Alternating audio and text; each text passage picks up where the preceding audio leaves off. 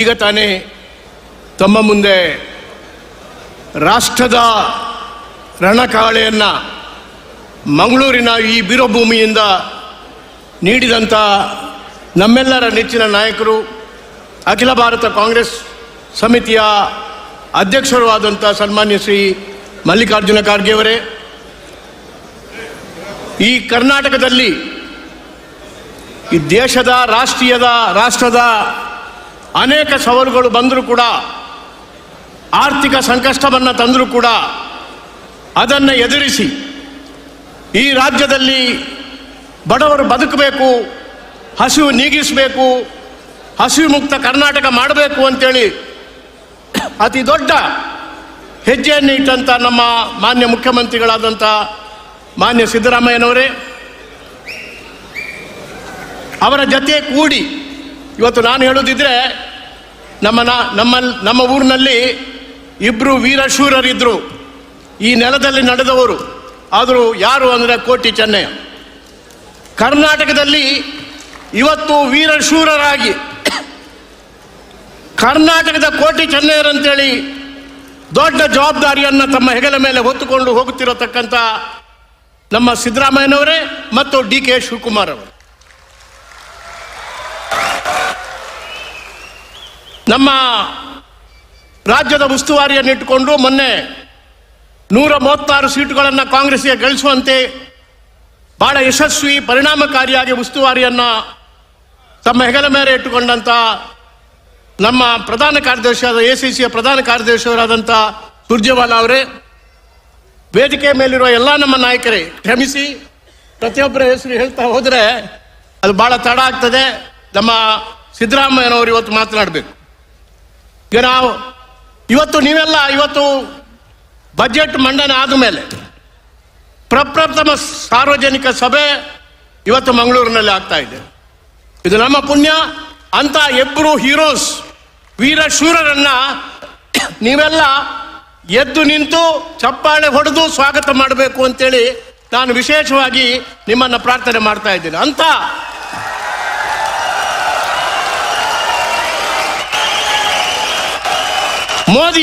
ಮೋದಿಯ ಒಂದು ದೌರ್ಜನ್ಯದ ಆಡಳಿತದಿಂದ ಇವತ್ತು ಉಸಿರುಗಟ್ಟತಕ್ಕಂಥ ಆರ್ಥಿಕ ಸಾಮಾಜಿಕ ಪರಿಸ್ಥಿತಿಯನ್ನು ನಿರ್ಮಾಣ ಮಾಡಿದಂಥ ಒಂದು ಸ್ಥಳದಲ್ಲಿ ನಮ್ಮ ಸರ್ಕಾರ, ಅದರಲ್ಲಿ ಕೂಡ ಸಿದ್ದರಾಮಯ್ಯ ಮತ್ತು ಡಿ ಕೆ ಶಿವಕುಮಾರ್ ಅವರು ಅದ್ಭುತವಾದಂಥ ಬಜೆಟ್ ಕೊಟ್ಟಿದ್ದಾರೆ. ಅವರೆಲ್ಲ ಕಣ್ಣು ಬಿಟ್ಟು ನೋಡ್ತಾ ಇದ್ರು. ಹೋದ ವರ್ಷ 3,70,16,000 ಕೋಟಿಯ ಬಜೆಟ್ ಇದ್ರೆ ನಮ್ಮ ಸಿದ್ದರಾಮಯ್ಯ ಈ ಇತಿಹಾಸದ ಪರಂಪರೆ ಮೋದಿಗೆ ತಿಳಿಸಬೇಕು. ನಮ್ಮ BJP ಸ್ನೇಹಿತರು, ಜಾತಿ ಪಂಗಡವಾಗಿ ವಿಂಗಡಣೆ ಆದರೆ ರಾಷ್ಟ್ರ ಯಾವ ರೀತಿಯಲ್ಲಿ ದಾಸ್ಯಕ್ಕೆ ದೂಡಲ್ಪಟ್ಟಿತು, ಅದೇ ರೀತಿಯಲ್ಲಿ ದೇಶದ ಒಂದು ಅತಂತ್ರ ಆಗ್ತದೆ, ಪ್ರಜಾಪ್ರಭುತ್ವದ ಅನಾಹುತ ಆಗ್ತದೆ. ಇದನ್ನ ಮೋದಿ ಅವರು ತಿಳ್ಕೊಳ್ಬೇಕು. ಆ ಲೆಸನ್ ಈ ಪುಣ್ಯಭೂಮಿಯಿಂದ, ಮಂಗಳೂರಿನ ಪುಣ್ಯಭೂಮಿಯಿಂದ ಹೋಗಬೇಕಾಗುತ್ತೆ. ಆದ್ರಿಂದ ನಾನೀಗ ಹೇಳ್ತಕ್ಕಂಥದ್ದು ತಮಗೆ ವಿಶೇಷವಾಗಿ ಏನಂತ ಹೇಳಿದ್ರೆ, ಇಡೀ ಜಗತ್ತಿನಲ್ಲಿ ಒಂದು ಮತೀಯವಾಗಿ ಆಳಲ್ಪಡತಕ್ಕಂಥ ರಾಷ್ಟ್ರ ಯಾವುದೂ ಇಲ್ಲ, ಒಂದು ಮಾತ್ರ ಇದೆ. ಅದು ಯಾವುದಂದ್ರೆ ಇರಾನ್. ಅಲ್ಲಿ ಮಾತ್ರ ಥಿಯೋಕ್ರಸಿ ಇದೆ, ಡೆಮೋಕ್ರಸಿ ಇಲ್ಲ. ಬೇರೆ ಅರಬ್ ರಾಷ್ಟ್ರ ಅನೇಕ ಸುಮಾರು ಒಂದು 50 ಅರಬ್ ಮತ್ತು ಮುಸ್ಲಿಂ ರಾಷ್ಟ್ರಗಳಲ್ಲಿ ಕೂಡ ಇವತ್ತಿಗೂ ಕೂಡ ಅದರ ಶೇಖ್ ಅಥವಾ ಅದರಲ್ಲಿ ಆಳತಕ್ಕಂಥ ಮಂತ್ರಿಗಳು ಯಾವ ಮಸೀದಿ ಕೂಡ ಉದ್ಘಾಟನೆ ಮಾಡುವುದಿಲ್ಲ. ಇತಿಹಾಸ ನೋಡಬೇಕು ನಾವು. ಅಥವಾ ಯಾವುದೇ ಒಂದು ರೀತಿಯ ಧಾರ್ಮಿಕ ಕಾರ್ಯಕ್ರಮದಲ್ಲಿ ಅವರು ಭಾಗವಹಿಸುವುದಿಲ್ಲ. ಯಾಕಂತ ಹೇಳಿದ್ರೆ ಸರ್ಕಾರ ಒಂದು ಕಡೆ, ಮತ ರಿಲಿಜನ್ ಮತ್ತೊಂದು ಕಡೆ.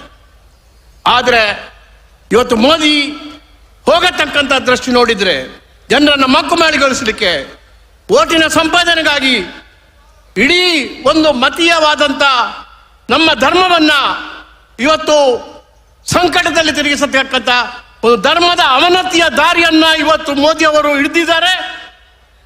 ಇದು ಥಿಯೋಕ್ರಸಿ, ಡಿಕ್ಟೇಟರ್ಶಿಪ್, ಅದನ್ನು ಸ್ಥಾಪನೆ ಮಾಡತಕ್ಕಂಥ ಕೆಲಸ ಮಾಡ್ತಾರೆ. ಈಗಾಗಲೇ ನಮ್ಮ ಅಧ್ಯಕ್ಷರು ಹೇಳಿದ ಪ್ರಕಾರ ಈ ಚುನಾವಣೆ ಕೊನೆ ಆಗಬಹುದು. ಈ ಸಂವಿಧಾನವನ್ನು ಬದುಕಿಸಲಿಕ್ಕಾಗಿ, ಸಂವಿಧಾನದ ಆಶಯಗಳನ್ನು ಉಳಿಸಲಿಕ್ಕಾಗಿ ಯಾವ ಡಾಕ್ಟರ್ ಅಂಬೇಡ್ಕರ್ ಅವರು ಈ ಸಂವಿಧಾನವನ್ನು ದೇಶಕ್ಕೆ ಕೊಟ್ಟರು. ನಮ್ಮ ಪುಣ್ಯ ಇವತ್ತು ಡಾಕ್ಟರ್ ಅಂಬೇಡ್ಕರ್ ಅವರ ಸಾಮಾಜಿಕ ನೀತಿ, ನ್ಯಾಯ, ಸಂವಿಧಾನದ ಆಶಯಗಳನ್ನು ತಾನೇ ಮೈವೆತ್ತಿಕೊಂಡು ಇವತ್ತು ನಿಲ್ಲತಕ್ಕಂಥ ಅಧ್ಯಕ್ಷರಾದಂಥ ನಮ್ಮ IAC ಅಧ್ಯಕ್ಷರಾದಂಥ ನಮ್ಮ ಮಲ್ಲಿಕಾರ್ಜುನ ಖರ್ಗೆಯವರೇ ಈ ಸಂವಿಧಾನದ ರಕ್ಷಣೆಗಾಗಿ, ಕಾಂಗ್ರೆಸ್ಸಿನ ಪಕ್ಷವಾಗಿ, ದೇಶದ ಪಕ್ಷವಾಗಿ ಇವತ್ತು ಮುಂದೆ ನಿಂತದ್ದು ನಮ್ಮ ದೇಶದ ಪ್ರಜಾಪ್ರಭುತ್ವದ, ನಮ್ಮ ದೇಶದ ಸಂವಿಧಾನದ ಒಂದು ಸೌಭಾಗ್ಯ ಅಂತೇಳಿ ನಾನು ಖಂಡಿತವಾಗಿ ಕೂಡ ಇವತ್ತು ಹೇಳಬೇಕಾಗಿದೆ. ಅದು ರಕ್ಷಣೆ ಮಾಡಬೇಕು. ಇದು ಈ ಭೂಮಿಯಲ್ಲಿ ನಾವು ಅನೇಕ ಚುನಾವಣೆಗಳನ್ನು ಗೆದ್ದಿದ್ದೇವೆ. ನಿಮ್ಗೆ ಗೊತ್ತಿರಬಹುದು, 15ಕ್ಕೆ 15 ಅಸೆಂಬ್ಲಿ ಚುನಾವಣೆಗಳನ್ನು ಕೂಡ ಗೆದ್ದಂತ 3 ಪ್ರಸಂಗಗಳಿವೆ. 2ರಲ್ಲಿ 2 ಕೂಡ ಲೋಕಸಭೆಯಲ್ಲಿ ಗೆದ್ದಂತ ಪ್ರಸಂಗಗಳು ಕೂಡ ಒಂದು 4-5 ಸಾರಿ ನಾವು ಗಳಿಸಿದ್ದೇವೆ. ಆ ಜಾಗೃತಿ ಬರಲಿ ನಿಮ್ಮಲ್ಲಿ, ಆ ವೀರಾವೇಶ ಬರಲಿ. ಬಿಜೆಪಿಯನ್ನ ನೀವು ಮಂಗಳೂರು ಅಥವಾ ಉಡುಪಿ ಈ ಕ್ಷೇತ್ರದಲ್ಲಿ ಓಡಿಸಿದ್ದು ಅಂತೇಳಿ ಆದರೆ ಇಡೀ ದೇಶದಿಂದ ಬಿಜೆಪಿ ಅಧಿಕಾರ ಹೋಗ್ತದೆ ಎಂಬ ಒಂದು ನಿರ್ಣಯ, ಒಂದು ಸಂಕಲ್ಪ ಇವತ್ತು ಮಾಡಬೇಕು. ಆಗ ನಾವು ಅನೇಕ ಬಾರಿ ಇಂದಿರಾ ಗಾಂಧಿಯವರ ಎದುರುಗಡೆ, ರಾಜೀವ್ ಗಾಂಧಿಯವರ ಎದುರುಗಡೆ ಅನೇಕ ಬಾರಿ ಭಾಷಣಗಳನ್ನು ಮಾಡಿ ಹೇಳಿದ್ದಿದೆ. ನಾನೇ ಹೇಳಿದ್ದೇನೆ. ಅನೇಕ ನಮ್ಮ ಜನಾರ್ದನ ಪೂಜಾರಿ ಅವರು ಮಾತಾಡಿದ್ದಾರೆ, ಆಸ್ಕರ್ ಫರ್ನಾಂಡಿಸ್ ಅವರು ಮಾತಾಡಿದ್ದಾರೆ. ಏನಂತ ಹೇಳಿದ್ರೆ, ಈ ಜಿಲ್ಲೆಯಲ್ಲಿ ಕಾಂಗ್ರೆಸ್ ಗೆದ್ರೆ ಇಡೀ ದೇಶದಲ್ಲಿ ಕಾಂಗ್ರೆಸ್ ಗೆಲ್ತದೆ ಎಂಬ ಒಂದು ಮಾತು. ಅದು ಸುಳ್ಳಲ್ಲ, ಅದು ಸಾಧನೆ ಮಾಡಿ ತೋರಿಸಕ್ಕಂಥ ಒಂದು ವಿಶೇಷವಾದಂಥ ಒಂದು ರಕ್ತ ನಿಮ್ಮ ಧಮನಿಯಲ್ಲಿ ಹರಿತಾ ಇದೆ. ಮತ್ತೆ ಹರಿಯಲಿ ಆ ರಕ್ತ, ವೀರಾವೇಶದ ರಕ್ತ. ಜಾತೀಯತೆಯ ವಿರುದ್ಧ, ಮತೀಯತೆಯ ವಿರುದ್ಧ ಆಗತಕ್ಕ, ಸಂವಿಧಾನದ ವಿರುದ್ಧ ಆಗತಕ್ಕಂಥ ಶಕ್ತಿಯನ್ನ ಬಗ್ಗು ಪಡೆಯತಕ್ಕಂಥ ನಾಯಕತ್ವ ನಮ್ಮ ಜಿಲ್ಲೆಯ ಈ 2 ಜಿಲ್ಲೆಗಳ ಜನತೆ ಅವರು ಕೈಗೆತ್ತಿಕೊಳ್ಳಬೇಕು ಅಂತೇಳಿ ಒಂದು ರೀತಿಯ ಕರೆ ಏನು ಇವತ್ತು ನಮ್ಮ ಮಲ್ಲಿಕಾರ್ಜುನವರು ಕೊಟ್ಟಿದ್ದಾರೆ, ಅದನ್ನು ತಾವು ಖಂಡಿತವಾಗಿ ಕೂಡ ಮಾಡಬೇಕಾಗ್ತದೆ. ಈಗ ಇಲ್ಲಿ ಬಿಜೆಪಿಯವರು ಇದ್ದಾರೆ ಅನೇಕ ವರ್ಷಗಳಿಂದ. ನಾವು ಮಾಡಿದ್ದೇವೆ ಭೂಮಸೂದೆಯ ವಿಷಯ. ಈಗಾಗಲೇ ಮಲ್ಲಿಕಾರ್ಜುನ ಖರ್ಗೆ ಅವರವರು 1 ಇಂಚು ಜಾಗ ಟ್ರಿಬ್ಯುನಲ್ನಲ್ಲಿ ಕೊಡ್ಲಿಕ್ಕೆ ಆಯ್ತಾ ಇವರು ಬಿಜೆಪಿಗೆ? ಇವತ್ತು ಕೆಲವೇ ಬೆರಳೆಣಿಕೆ ಅಂತ ಕೇಸುಗಳಿವೆ ಟ್ರಿಬ್ಯುನಲ್ಗಳಲ್ಲಿ, ಅದನ್ನು ಭೂಮಾಲೀಕರ ಪರವಾಗಿ ಕೊಡ್ತಾ ಇದ್ದಾರೆ. ಇದರ ಬಗ್ಗೆ ಎಚ್ಚರಿಕೆ ವಹಿಸಿಕೊಳ್ಬೇಕಾಗ್ತದೆ. ನಾವು ಅಕ್ರಮ ಸಕ್ರಮ ಮಾಡಿ ಸರ್ಕಾರಿ ಜಮೀನನ್ನು ಚಕ್ರಮ ಮಾಡಿ ಕೊಡತಕ್ಕಂಥ ಕೆಲಸ ಕೂಡ ಲಕ್ಷಾಂತರ ಮಂದಿಗೆ ನಾವು ಕಾಂಗ್ರೆಸ್ನವರು ಕೊಟ್ಟಿದ್ದೇವೆ. ಇಲ್ಲಿ ನಾವು CET-ಯನ್ನು ಮಾತ್ರ ಮಾಡಿದ್ದಲ್ಲ ಇಡೀ ಕರ್ನಾಟಕದಲ್ಲಿ. ಆ CET-ಯ ಜೊತೆಗೆ ಅವರಿಗೆ ಕೆಲಸ ಕೂಡ ಕೊಡಬೇಕು ಅಂತೇಳಿ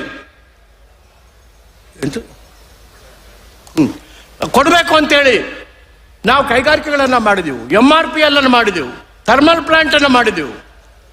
ಅವರು IT ಗ್ರಾಜ್ಯುಯೇಟ್ಗಳಾಗಿ ಬೆಂಗಳೂರಿಗೆ ಹೋದರೆ ಅಲ್ಲಿ ಪೀಣ್ಯ ಇಂಡಸ್ಟ್ರಿಯಲ್ ಕಾಂಗ್ರೆಸ್ ಮಾಡಿದೆವು, IT ಪಾರ್ಕ್ಗಳನ್ನು ಮಾಡಿದೆವು, ಸಿಲಿಕಾನ್ ವ್ಯಾಲಿಯನ್ನು ಮಾಡಿದೆವು, ITPL ಮಾಡಿದೆವು. ಆದ್ರಿಂದ ನಾವು ಬರೀ ನಿಮಗೆ ಶಕ್ತಿಯನ್ನು ಕೊಡತಕ್ಕಂಥ, ಯುವಕರಿಗೆ ಶಕ್ತಿಯನ್ನು ಕೊಡತಕ್ಕಂಥ ಕೆಲಸ ನಾವು ಯಾವಾಗಲೂ ಕೂಡ ಮಾಡ್ತಾ ಬಂದಿದ್ದೇವೆ. ಆದ್ರಿಂದ ಕಾಂಗ್ರೆಸ್ಗೆ ಮತ್ತೆ ಬೆಂಬಲ ಕೊಡಿ.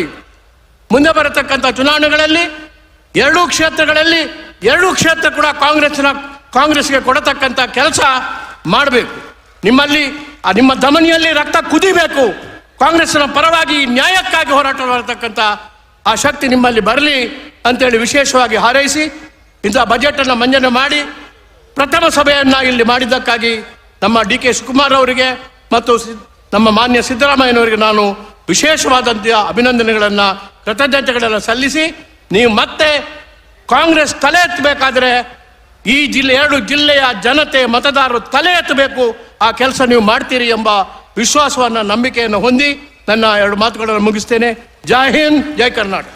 ಈಗ ನಿಮ್ಮೆಲ್ಲರನ್ನ ಉದ್ದೇಶಿಸಿ ಇಡೀ ವಿಶ್ವವೇ ನಮ್ಮತ್ತ ನೋಡುವಂತೆ ಮಾಡಿದಂತಹ